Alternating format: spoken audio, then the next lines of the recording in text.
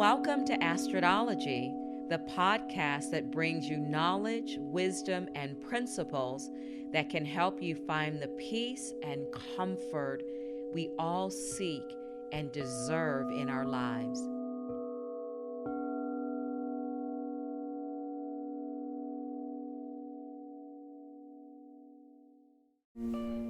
Hi everybody, welcome back to another episode of Astrodology with Astrid.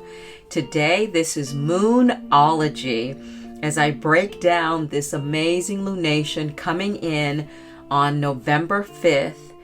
And I know I'm biased because this is my season.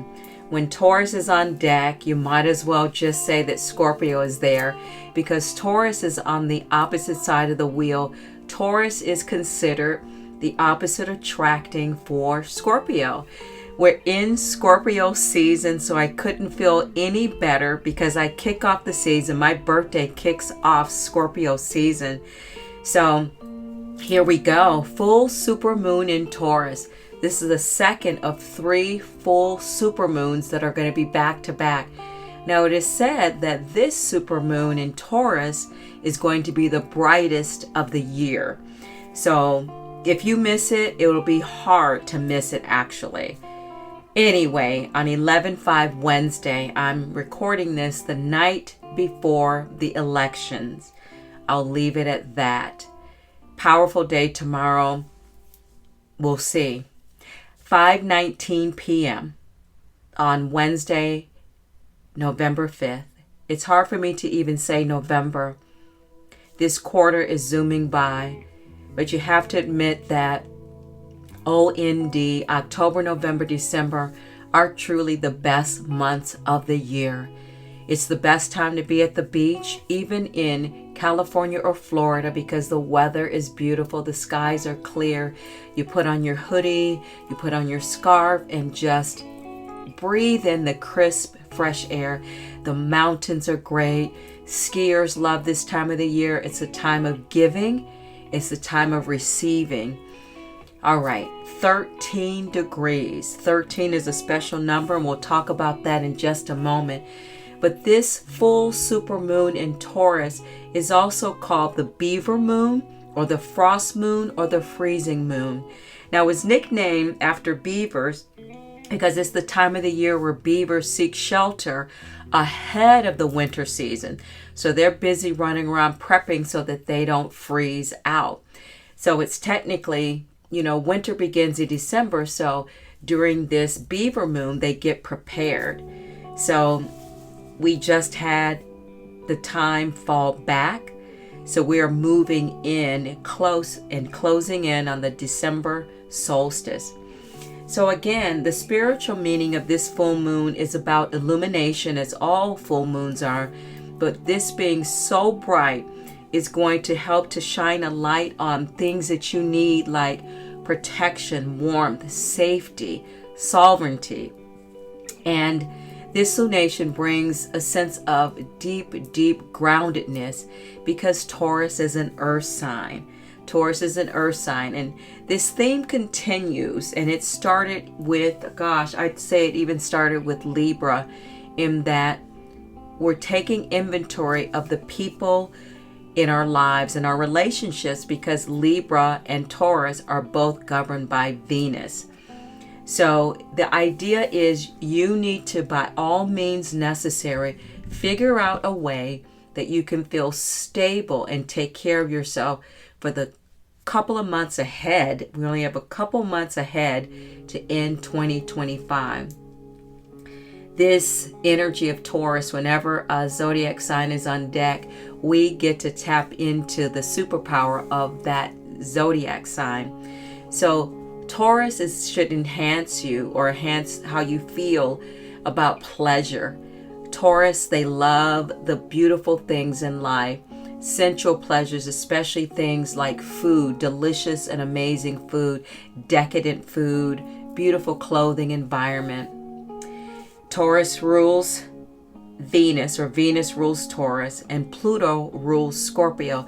So you got these two powerhouses. Taurus and Scorpio form a single axis of energy. And when we look at these signs, Scorpio and Taurus are pretty aligned. They're both concerned with what's happening right now. They want to help us find stillness and stop running around so that we can get to the center of our energy. So Scorpio, with its planet being in Pluto, helps us to look inside deep, go deep into the dark side of ourselves, the shadow side of ourselves, and, really get to the core of things. And as we go through it, Scorpio takes us to the edge where Scorpio is a sign of death and rebirth and transformation. So it takes us to our traumas, our pain, our fears. And Scorpio says, hey, let's get to the bottom of this so we can release it all. And we're always having to release something. So in Taurus, there's this interconnectedness to this energy that Scorpio tries to bring forth for us. Taurus wants us to find peace with that. So somehow, some way, even though Scorpio can take us through a roller coaster ride and a crazy emotional mental space, Taurus helps us by connecting us, grounding us in the physical plane, grounding us in our bodies, grounding us into nature. And it reminds us, Taurus is so beautiful because it truly is the quintessential earth sign. Taurus, when you think of the bull and tilling up the soil with its hooves and its weight, it reminds us that we go through cycles and seasons. If you're going through a tough time in life right now, it's just a season. And the great thing about seasons is that they pass. Taurus is emotional, but there's a steadiness. Taurus has a steady, they're very passionate and very emotional, but they're designed to always just hold the space. So Taurus says, have your emotions, but try to look beyond them. Taurus asks us to not look for comfort through understanding our own energy, but understanding that there's this oneness between heaven and earth, nature and man. We're one. So the idea is one of the qualities that Taurus brings out in us is stillness. Stillness was called the new medicine because we need sleep. I've harped on this. I've said this numerous times. We need sleep, but we also need stillness.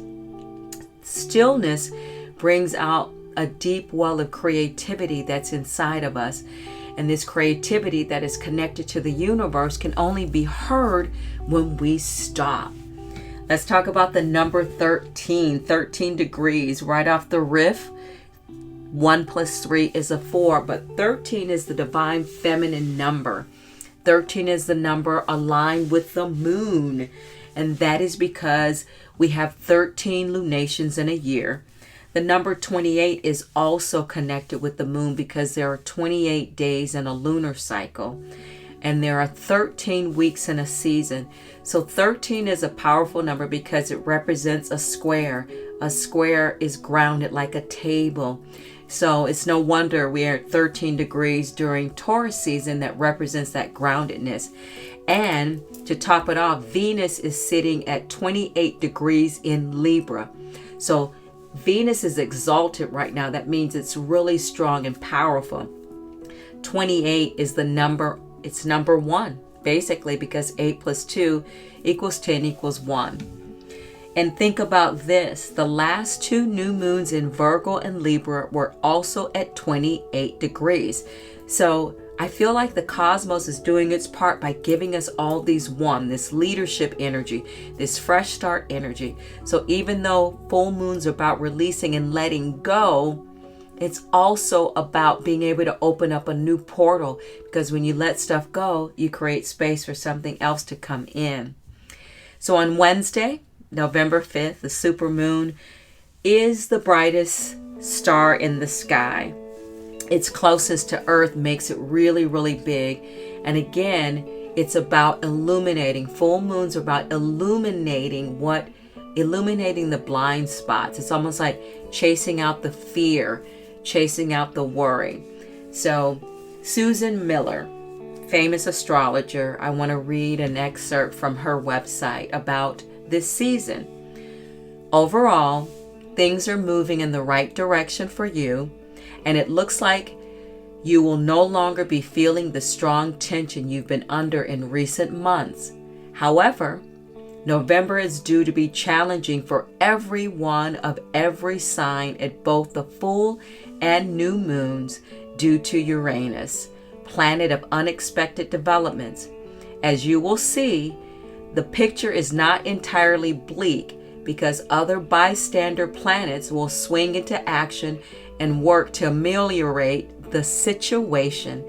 This is a contest of the Titan planets and the solar system, for the planets will be sending conflicting messages.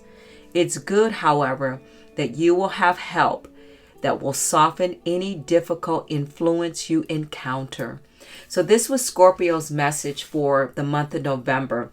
So since we have that Scorpio new moon coming up and we are in Scorpio season, I thought that this was poetic for everybody. On 11/8, Uranus will retrograde back into Taurus. So 3 days after the new moon or this full moon comes in, Uranus retrogrades back into Taurus at 29 degrees. This 29 degrees has also been a continual theme. Neptune is already at 29 degrees of Pisces.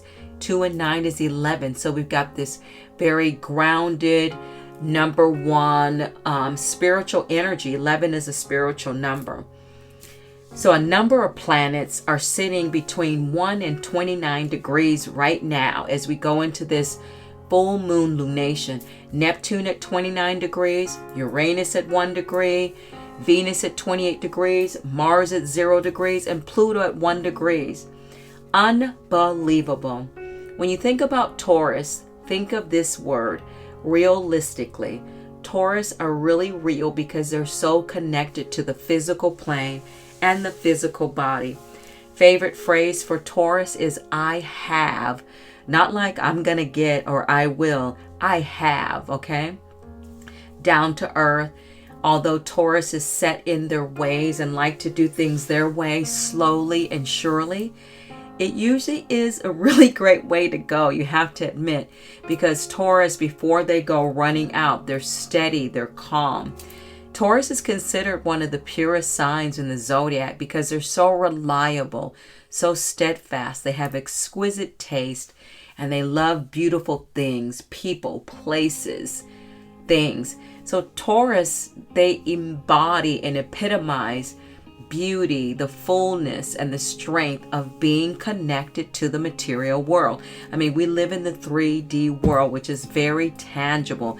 It's about physicality, it's about touching, and it's about seeing and being able to see and touch things.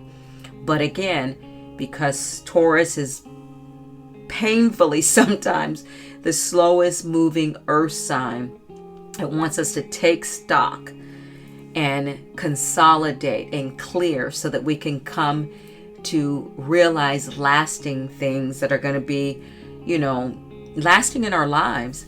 The best sign for getting in touch with stillness is Taurus. The idea is during this time, sit still in nature because Taurus is considered the most stable of all signs. Scorpio is the most powerful and Taurus is its opposite, so it makes them an incredible partner. We should feel a sense of being a peaceful warrior because Taurus gives us the strength and the patience, and they both bring us passion. So when it's time to fight, it's going to come from a mindful, non-reactive place. So Taurus and Scorpio is the financial access. Think of money, currency, coins, silver, gold, stock market, wealth. Because Taurus is the money sign. Taurus is a sign of abundance. So many astrologers say that we are going through a psychic upgrade, all of us on planet Earth. So if you've noticed your intuitions, your insights have been spot on and dead on, that is because we're going through this crazy psychic upgrade. It's a time to really sit still and connect with your higher self. Ask your higher self how you can have a greater connection to yourself. So Taurus is represented by the planet Venus. And Venus, is all about beauty, love, friendship, sensuality. It's a planet of love and luxury. And Venus helps us with being in Taurus appreciate and look for comfort. It's okay to look for comfort. It's okay to look for stability. So this continues to be a focus on love and relationships that we were dealing with in Libra season, because Libra and Venus are governed by the same planet, or Taurus and Libra are. So think loyalty, think consistency, think kindness. If you want consistent and solidness in your life, Taurus is the one. So Taurus is a fixed sign. So that's why it's going to continually want to seek groundedness. But that groundedness coming through Taurus is connected to fertility. What do you want to give birth to? What do you need support with? And there's always an expansion of consciousness when Taurus and Scorpio come together, because Scorpio is going to help you grow. So I feel like Taurus tills the soil, tills it up with its hooves, its big heavy weight, and then new seeds can be planted in there. So we're always invited, these moons invite us to connect with something greater than ourselves. And right now it's a time to empower ourselves. We've been very disempowered this whole 2025 because there's been so much change and unexpected things going on. So true growth is rooted in our authentic selves. So one of the astrologers I listened to said, develop a daily mantra. And she suggested two things. I am already on my highest timeline. I am raising my frequency of love every day. Because as she stated, what changes our state, our being, our energy field is frequency. We can get to a different state of frequency by dropping into, here's that word again, stillness. So if we develop a daily practice of saying, I am already on my highest timeline, I am raising my frequency of love every day. We do this several times a day, especially during the next several months. Decide and promise that when you go into stillness, you're going to go into stillness in the present moment. Leaving behind your old identity, your old woundings, your old stories, the he said, she said, the judgments. What you want to do is leave all that behind and stand in this present moment, because in this present moment, those things don't exist. You are here in the exact moment. So what is important when we drop into stillness is to be in a neutral state, a state of divine neutrality, a state that brings you down to a 0 point where you're starting from scratch. Because being at the 0 point is the purest, most transformative and transparent state that you can be in.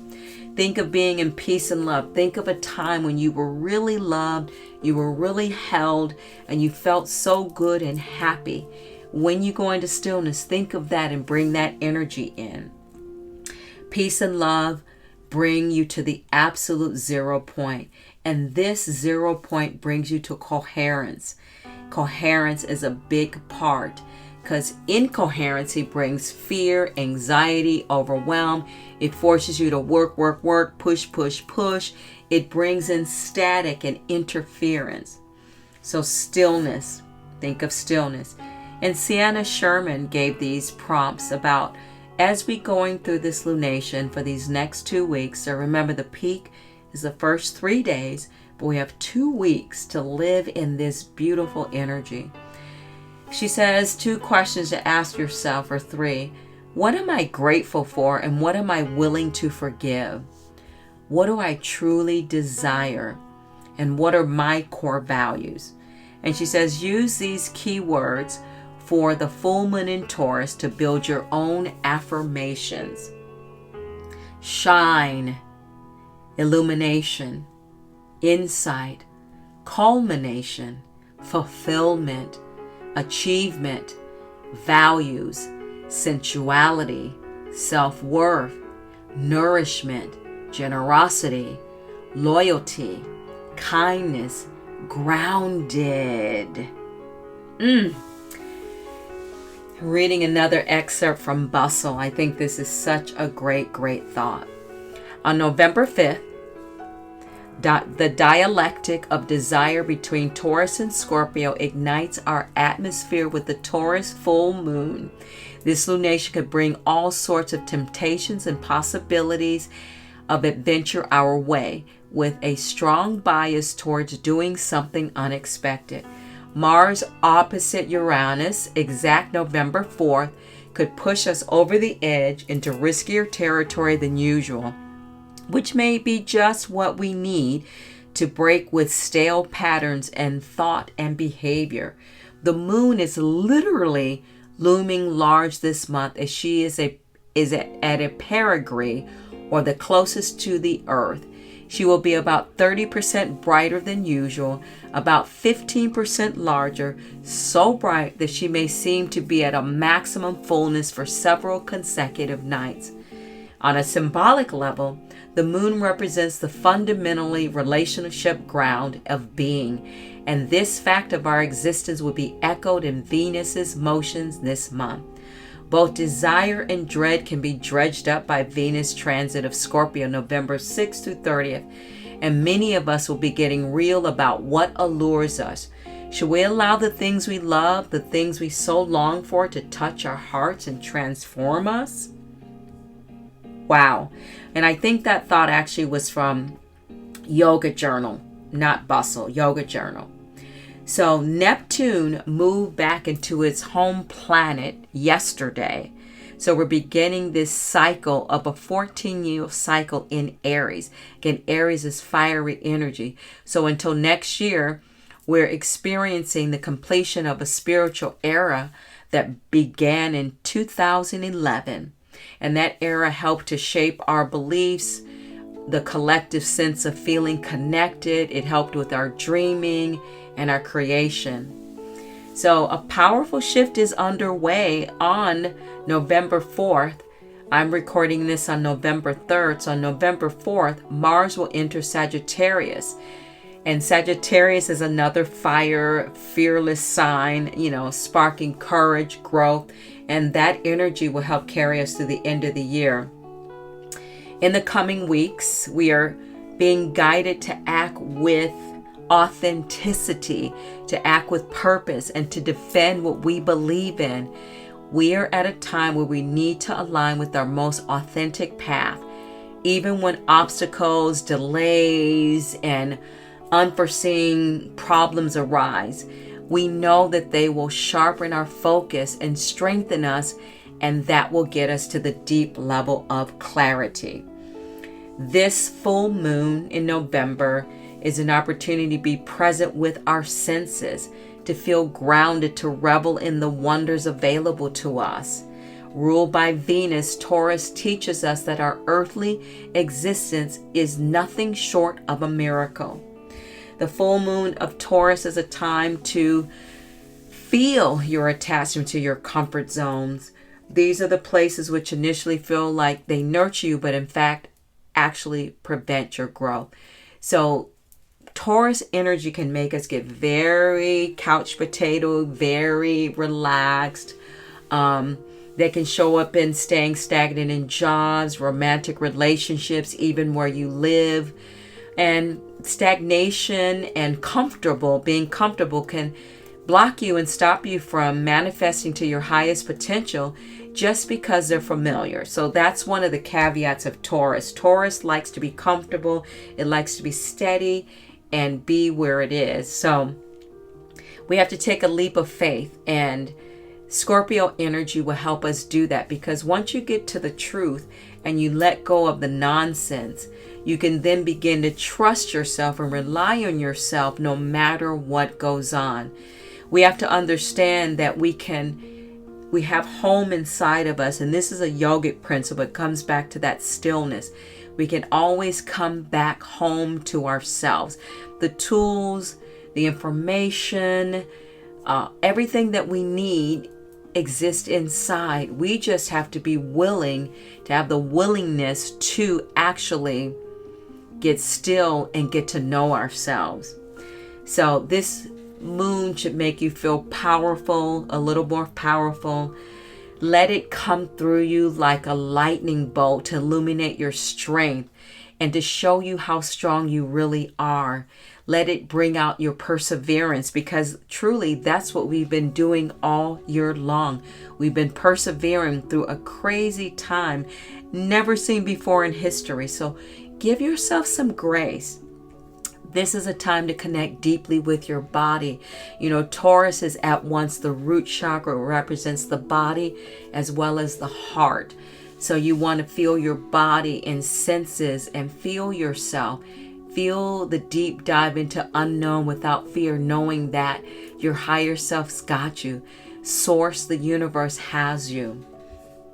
So just get ready for winter, because it's time to cocoon. It's time to slow down. It's really time to slow down. You can use this opportunity to arm yourself with things that you need to conquer your personal goals. This is a great time to start looking to the future for 2026. Start creating and solidifying plans. So not waiting until 12/31 for New Year's Eve. Do you have the tools that you'll need for the next year? Do you have the systems in place? Do you have the planning that you need to really move forward in 2026? Taurus is a fixed sign, meaning it's naturally in its instinctual place. It's naturally loyal, it's naturally dedicated, and it's naturally focused on whatever it puts its mind to. So this energy can also help us. You can also use this full moon energy to really push forward. Like you may have some plans, some ideas that have, they've got a little bit of momentum, but you can really pick up the traction during this time. So allow the self-doubt to be moved aside as you get closer and quieter to connecting with your internal power. It's there. The idea is all you have to do is reach out and grab the hand of your own strength. During this time, we've been living with uncertainty. We've been living with lots of change. So we should be actually accustomed to it. We should be accustomed to change, because that's one of the guarantees that they say is always in life. And here we are, making it through. So I hope you enjoy this Taurus super full beaver moon. Think about what you need to prepare for winter. Think about what you need to boost up in your life. Think about what you need to transform. Transformation is something we're always going through. And, think about a reset. Think about a reset. You never know what expected breakthrough will come through. And so just give yourself grace, but spend time in stillness. Just stand outside for the sake of standing and look outside. Just sit quietly, just observing. And when you go to bed at night, make the first few minutes just about stillness, stilling your mind, slowing down your breath, and getting down to the core of I have. Thank you so much for tuning in to this episode of Astrodology with Astrid and this moon lore information as we celebrate. It truly is a celebration to be alive in this time-space reality and getting to see this amazing, bright, beautiful, super full moon in Taurus. Let it illuminate your life. Have a beautiful, beautiful week ahead, and happy November. And I'll catch you in the next episode when we cover the new moon in Scorpio. I can't wait for that one. Namaste, everybody.